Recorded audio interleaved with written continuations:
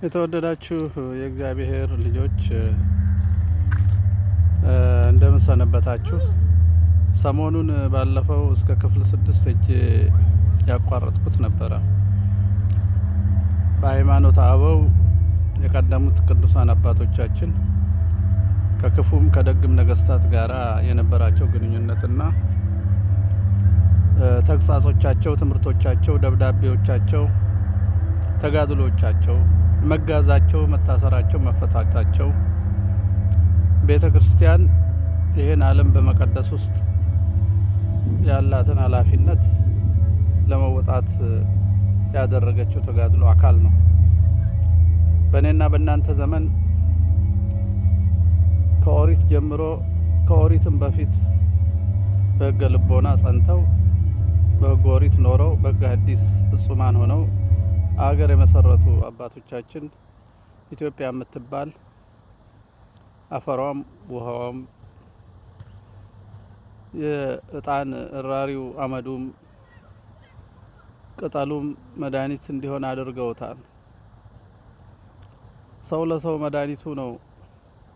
አባቶቻችን ከዛ አልፈው ግዛን የሌላቸውን ፍጥረታት ሁሉ ለሰው ልጅ መድኃኒት እንዲሆነው አድርገው ባርክ አስቀድሰውታል። አምላካቸውን አስደስተው አስቀድሰውታል። አባ ሳሙኤል ዘዋልድባ ቦታቸውን በክርስቶስ ፊት አቅርበው አስባርከውታል እንዲል እንግዲህ ትውፊቱና ትምህርቱ። በእኛ ዘመን እንደምታዩት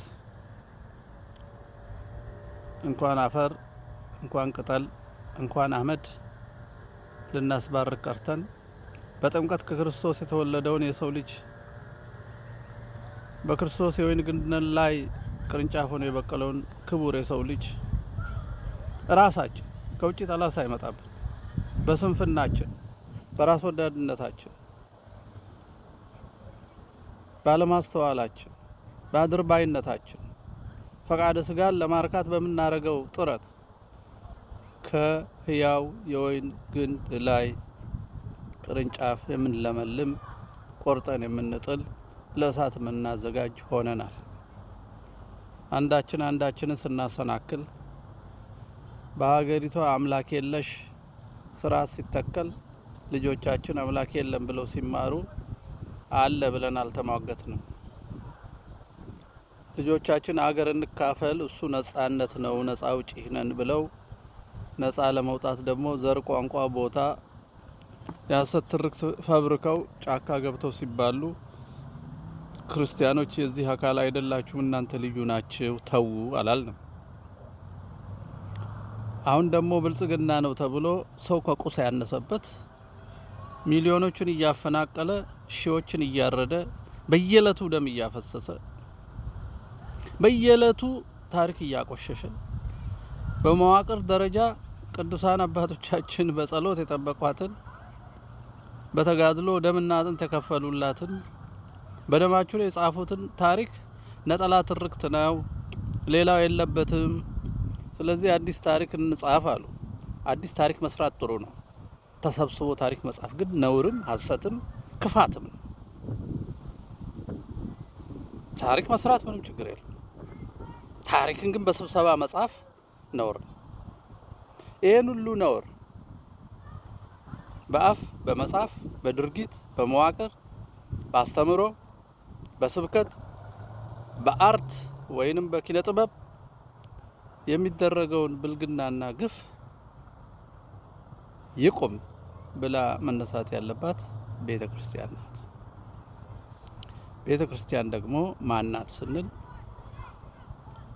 የካህናት የምእመናን አንድነት ናት። ክርስቶስ ራስ የሆነላት ሰማይና ምድር የተገናኙባት ሰማያዊ አምላክ በሰው መሀል የሚገኝባት ያኔ የእሳት ሰይፍ ይዘው ገነትን ይጠብቁ የነበሩት አሁን የእሳት ሰይፍ ይዘው እኛን እንዲጠብቁ ስጋ ወደሙን ሲወርድ የምንለው አለ አይደል? ወይ ከለልዎ ለስጋ ወደሙን ይጠብቁታል፣ ይከልሉታል እንደምንለው የምንከለልበት በዚህ ዘመን ያለ ነው። እኛ ያ አንድነታችን ነው ክፋትን ጥፋትን መከላከል ያለበት ፊት ለፊት ወጥቶ። ታዲያ ይህን እንዳናረግ ይሄን ማድረግ የሚገባን ሰዎች ፖለቲካና ሃይማኖት ይለያያል የሚል የአውሮፓውያን የቅኝ ገዢዎች ሸቅጠው መጽሐፍ ቅዱስን እኮ ሰው ለማረድም አይሁድ ለማጥፋትም ተጠቅመውበታል። ሸቅጠው ያመጡትን የሚሽነሪ ትምህርት አምጥተን ሀገር ለመቀማት ሰው አይን አስጨፍነው ሀገር የወሰዱትን ሰዎች ትምህርት ፖለቲካና ሃይማኖት ይለያያል የሚል ዝም በሉ ያልፋል፣ እናንተ አጨብጭቡ ልል በሉ፣ ብር ጣል ጣል አድርጉ እንጂ አይመለከታችሁም፣ አሳልፎ ቢሰጣችሁም ዘር ቢቆጥርም ሐሰተኛ ቢሆንም በቆብ ላይ ደርቦ ቢያመነዝርም አባት ነውና አትናገሩት፣ አባት ነውና አትናገሩት የሚሉ ሰዎች ጥፋታችንን እያጠናከሩና ያፈጠኑ ናቸው። ይሄን በዝምታ ማለፍ አውቀን ሳናውቅ ችግር የለም። አውቀን በዝምታ ማለፍ ግን እግዚአብሔርን ይጠይቀናል። መልካምን አውቆ ለማያደርጋት ኃጢአት ትሆንበታለች የሚለው ይሄው እኛ የምንማረው እንኑረው ብለን የምንጋደለት ወንጌል ነው። የአንድ ቀን እድሜ ለማስረዘም ብሎ ሐሰት ማስተማር፣ ደሞዝ እንዲጨመርልህ ወይ እንድንሾም ብሎ መሾምና ደሞዝ መጨመር የሚችለውን ሰይጣንም ቢሆን ቅዱስ ነው ብሎ ማስተማር በእኛ ቤት ተለመደ። አንድ ሰው መናገር አለበት። ሲናገር ከራሱ መሆን ግን የለበትም። የቅዱሳን አበውን ትምህርት ነው። በዚህ መሰረት 6 ክፍል ያለው ዋቄ መወያያና ፍኖተ ርቱዓን ላይ ቪዲዮ ሰርቼላችኋለሁ። 7ኛውን ክፍል እግዚአብሔር ፈቃዱ ከሆነ በዚህ ሳምንት እሰራዋለሁ። በዚህ ሳምንት ቅዳሴያችን ምን ይላል? ቅዳሴያችን ስለ ሀገር፣ ስለ ፖለቲካ፣ ስለ ማህበራዊ ተሳትፎ፣ ስለ ክርስቲያን ኃላፊነት ምን ይላል? አይገናኝም ሳይሆን የቅዳሴው አካል ነው ማህበረ ፖለቲካ። እሱንን ከቅዱስ ዮሐንስ አፈወርቅ፣ ከቅዱስ ጎርጎርዮስ ነባቤ መለኮት እና የዘመናዊ የስነ ምግባር ኦርቶዶክሳውያን አሳቢዎች ከምስራቃዊ ቤተክርስቲያናትም የቅዳሴ ቴዎሎጂ መምህራን፣ የነገረ ቅዳሴ መምህራን የነሱን አምጥቼ ክፍል 6 ልሰራላችሁ እየተዘጋጀው ነው። እግዚአብሔር በቸርነቱ ይርዳኝ። በጸሎት አስቡኝ። ዋቄ መወያያ ወይንም ስዝም ሰብአዊነት ፍኖተ ርቱዓን 2 በዛ በሁለቱ እንገናኝ። ዜናውን እናሰራጨው። ራሳችንን ነጻ እናውጣ ከድንዛዜ። እኛን እንደ ገቢ መግቢያ ማመንጫ የሚጠቀሙብን ስለ ነፍሳችን ግድ የሌላቸው እየጠፋን እያዩ ደስ ይበላችሁ ነጭ ልበሱና ጨፍሩ፣ ደስ ይበላችሁ ጸድቃችኋል ብሎ የሚቀልዱብን የት ሀገር ነው?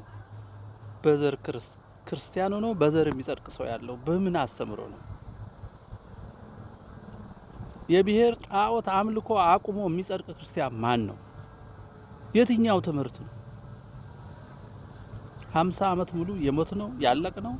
በዚህ እንኳን ሰማይ ከእግዚአብሔር ጋር ሊያዋሃደን ቀርቶ የዘር ፖለቲካና የነጻነት ወሬ በምድር እንኳን አላናኗረን። ቋንቋን፣ ቀለምን፣ አቅጣጫን ደቡብ፣ ምስራቅ፣ ሰሜን እያለ ነው የሚያባላ። በዛ ላይ ሐሰትን በማህበር የሚያመርቱና የሚያሰራጩ ሰዎች ስልጣን ይዘዋል። እንዲህ ብለን እንዋሽ ብለው ማህበር አቋቁሞ የሚዋሹ ይሄ ሀገር እንትና ነው፣ ይሄ ነው የኩሽ ነበር፣ ይሄ ሴም ነው እንትን ማረጃ የለም። በቃ ከኪሳቸው አውጥተው መረጃ ቢኖርስ የተጠመቀው ሰው የዚህ ትርክት ሰለባ ሊሆን ይችላል ነው ከጥምቀት የተወለደ ሰው። ስለዚህ ወደ ኦርቶዶክሳዊነት ስንመለስ ነጻ እንወጣለን። አደንዛዦችን መከተል፣ አጭበርባሪዎችን መከተል፣ በኦርቶዶክሳዊ መንፈሳዊነት ስም ፈጽሞ ኢመንፈሳዊነትን ከሚሰብኩ ሰዎች ራስን መጠበቅ አስፈላጊ ነው። አደንዛዥ ስብከቶች ለፍጹማን ለገዳማን የሚሰበከውን ከተማ አምጥቶ ሰርተህ እንዳትበላ፣ ተዋግተህ እንዳታሸንፍ፣ እንዳትመሰክር፣ ቅዳሴውን እንዳትኖረው የሚያደርጉ እንደዚህ አይነት አስመሳዮች ናቸውና በቅዳሴ ላይ እንነጋገራለን። የዛ ሰው ይበለን። እግዚአብሔር ይጠብቀን። በጸሎት አስቡ።